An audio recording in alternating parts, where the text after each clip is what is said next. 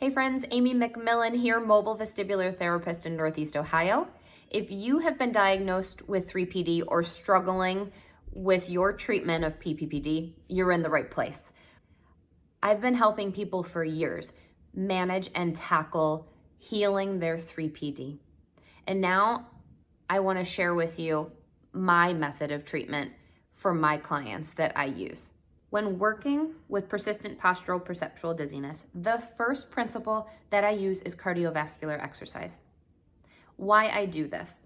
One, it's great for pushing blood flow, blood perfusion up to the brain, where it brings oxygen, blood flow, neurotransmitters, serotonin, dopamine up to the brain to make it function and communicate better.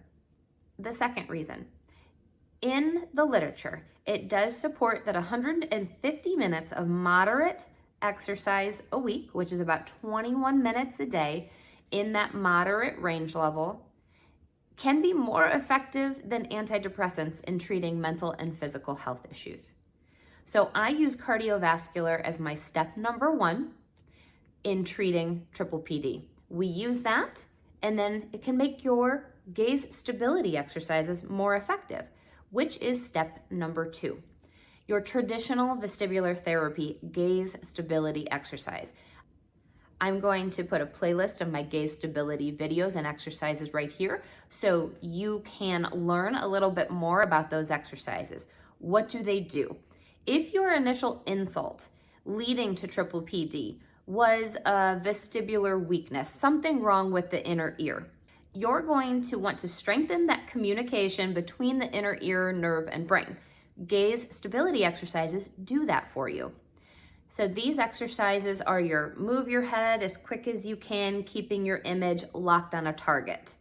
Now, there are a certain amount of progression and timeline that you do need for those exercises to be effective.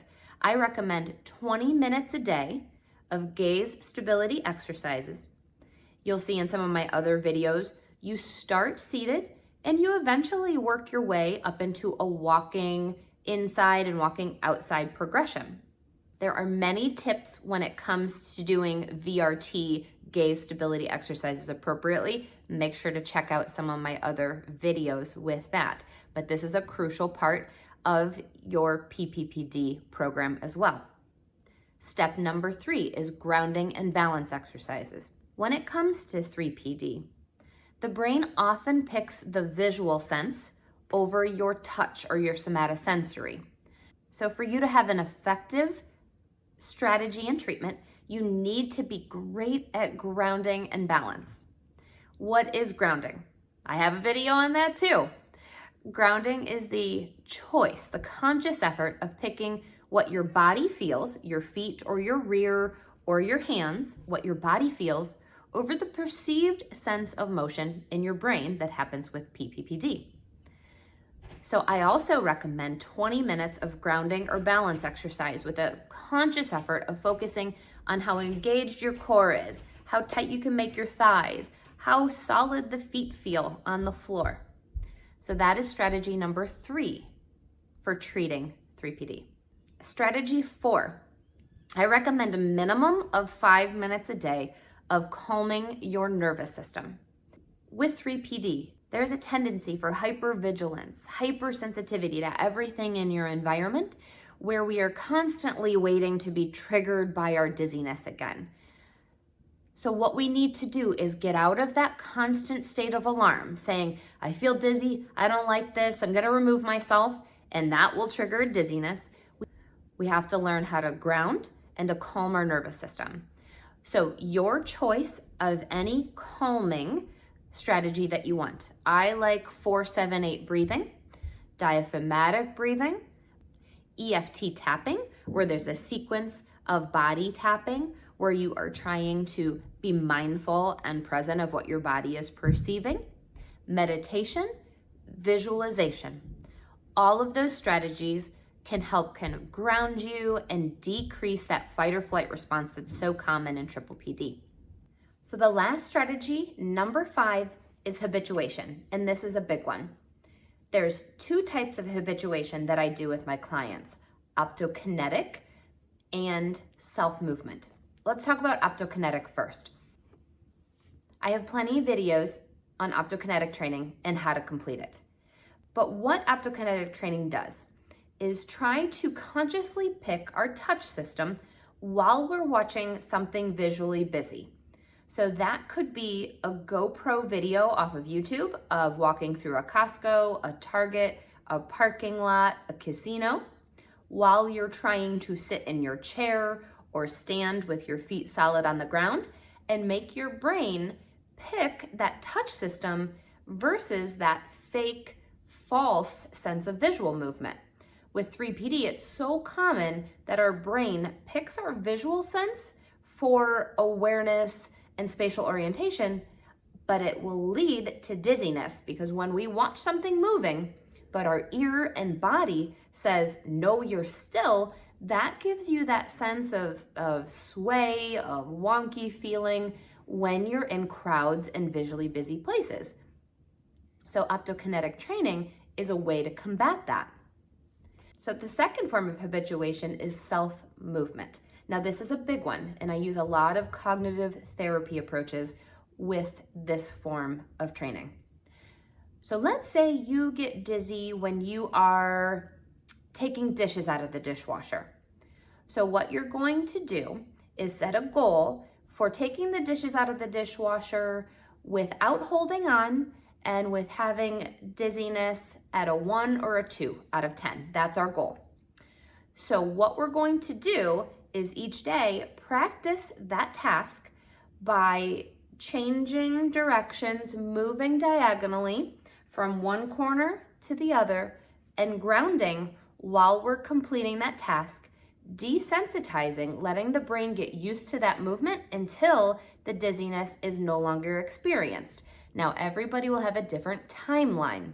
It could be 2 days, it could be 2 weeks, but the whole goal with habituation is to feel safe, to do it at a speed that feels comfortable, and slowly work up to a functional pace until you no longer have dizziness with that task. Now let's do a bigger task. Let's say it is to drive across town and shop at a Costco. What you're going to do, that's our big monthly goal.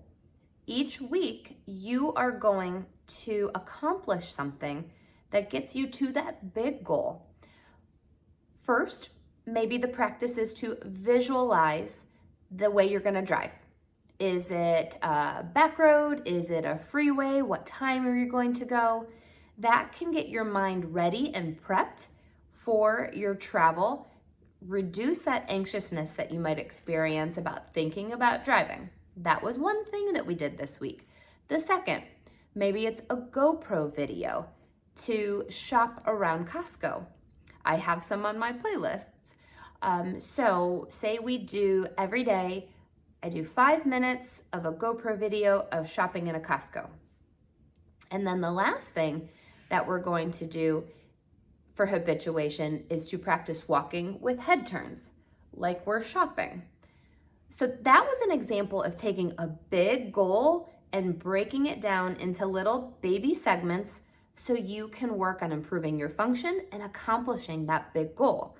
Now that form of therapy is a huge portion of my treatment approach when tackling people's specific issues. So if you can grasp that concept of habituation, taking something that bothers you and repeating it, repeated exposure until you feel safe in your body and to complete that task, you can use that technique with anything that gives you dizziness. So there you have it. There are my 5 effective treatment strategies for treating triple PD. Cardiovascular exercise, 150 minutes a week. Vestibular therapy rehab, our gaze stability exercises, 20 minutes a day. Grounding and balance exercises, 20 minutes a day.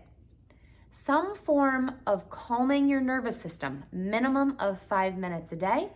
And number 5, habituation, whether that's self-movement or optokinetic training for visual vertigo.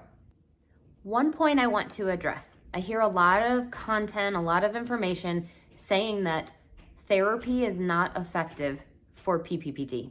And that's just not true. There is not a single person that I have met that I haven't helped in some way with these treatment principles.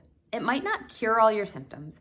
It might not get rid of your dizziness completely, but I can promise you better days, more functional days, and less symptoms. So by using this 5-prong approach, know that if you do stick to this program, you're going to make some improvements. Some people don't get effect from vestibular therapy because they weren't given the right advice. Not all vestibular therapists are created equal. We're not all educated the same. Not all physicians or audiologists have the same background or understanding when it comes to treating chronic dizziness. But I can promise you, these methods work with my clients. And if you start to incorporate these principles into your day-to-day treatment plan, you're gonna see some improvements. So give it a try. Let me know if you have any questions that I can clear up about this process. I'll be happy to answer any questions that you have. Leave them in the comments below. Make sure to check out my PPPD playlist, which I have individual videos on a lot of these topics that we discussed today. Until I see you next week, stay healthy, stay steady, and stay strong.